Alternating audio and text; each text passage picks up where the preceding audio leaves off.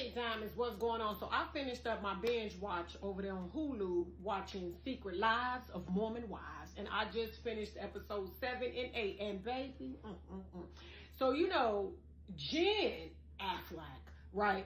Her and Zach, like, got into it. So she left, you know, the rest of the girls to tend and chase her husband down and convince him not to divorce her. And she is this perfect wife and she gonna be this perfect wife. And she basically sorry she went to the strip show on him, right? So he get mad and started talking shit about everybody in the damn group and their marriages, right? Because see, Jen, when you be pillow talking and telling your man about your friends' situations and marriages and their business, when he get mad, he feel like he can tell it, right? Because he said that Demi was over there married to a 50-year-old.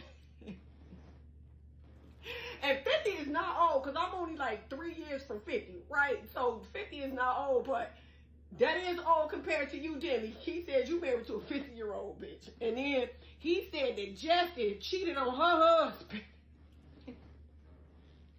And that Macy and Jacob marriage is a goddamn joke. See, you know what? But see, Macy, let me just say this, because you did say, and I think episode 1, maybe episode 2, that when it comes to you and your husband, Jacob, bitch, that you have to initiate sex every time. You have to initiate sex with your husband every time? Yet he don't like you. He don't like you. He don't like you. See, this is what be happening with these marriages and these arranged cult marriages, right? These people be settling for these wives and these husbands and all this shit, and they don't be liking them. Because, girl, how you initiate sex every time with your husband? That is crazy. But let me shut my unmarried ass up right now. So, you know, he talked all that shit about them. So, you know, Jen went to tend to him or whatever, right? So, with that being said, you know, Macy was holding on to that anonymous tweet or post or whatever social media shit she got going on about the girl, I guess, Jenna, sleeping with Dakota. So she told Taylor, because, you know, Taylor made it be known, like, if I find out he cheated on me or really was doing some shit with that bitch he was seeing at the same time as me, I'ma leave him for sure, pregnant and all, right? So, you know, Macy told Taylor what happened. And, you know, Taylor was like, oh, okay, well, that's what's up. You know, Taylor was like, okay, I'm gonna look into it or whatever, right? So that happened. So when Jen came back from chasing Zach, you know, she just told the group, you know, that, you know, she want to, you know, be married and all of that. And, you know, the group was like, you know, when y'all got together, y'all was 20. Y'all don't even know each other at 20, you know, and we just feel like he's just not good for you. And he not. I really, like, the fact that he is manipulating her, right, when she is clearly the provider in the marriage with the social media. Now he done made her quit that, because now he done got an offer over there at medical school in New York, and so now he don't want her to do the TikTok shit when he know that brings her money, right? So they can live off the parents. See, he want to control her. Do you understand what I'm saying? Because anybody that don't want to control somebody and really is in a partnership in a marriage, and you making the amount of money you making off of social media, who gonna tell you to stop doing that? See, he know that bring her peace. It give her a little bit of an identity, you know, doing the dancing and shit, and he want to control that. But if they got married at 20, they damn sure gonna be headed for Divorceville in probably about, I give it about at least maybe no more than 5 to 6 years. When they get in they like late 30s, early 40s, they gonna be Splitsville. Because when people get married at their 20s, like Demi said, y'all don't even know each other. Y'all don't even know who y'all are as you know, man and woman. But whatever. So that happened, right? So Macy, when Macy showed what's her name? Taylor, the, you know, the anonymous, what is it, screenshot of the social media page she runs, she brought it to Dakota, and Dakota felt some type of way.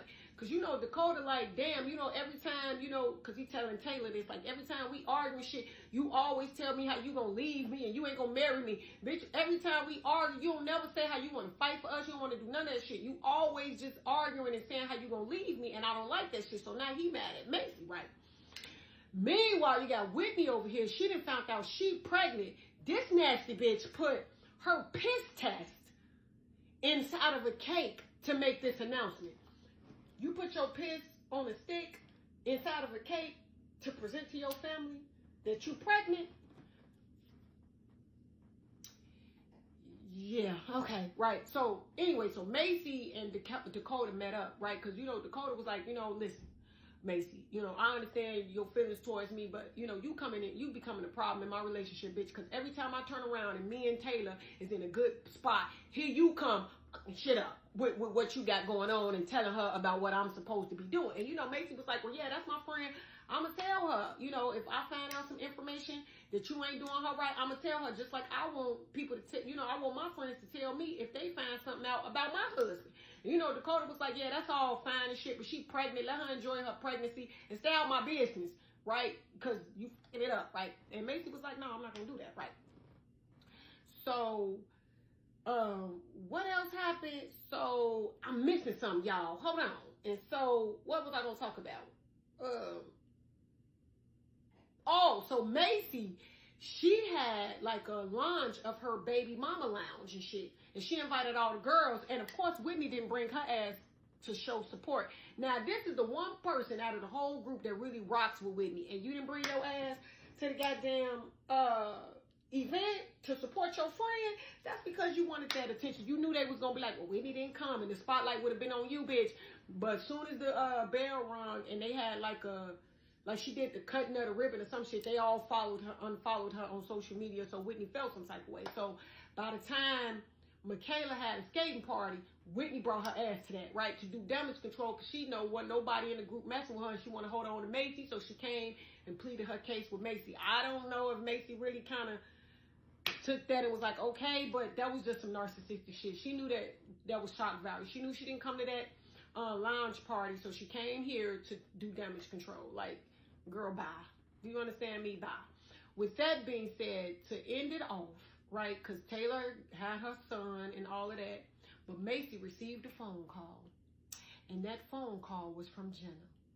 And jenna told Macy she got some tea to tell her. So that looked like it's going to be a season 2. And if it's going to be a season 2, I'm watching.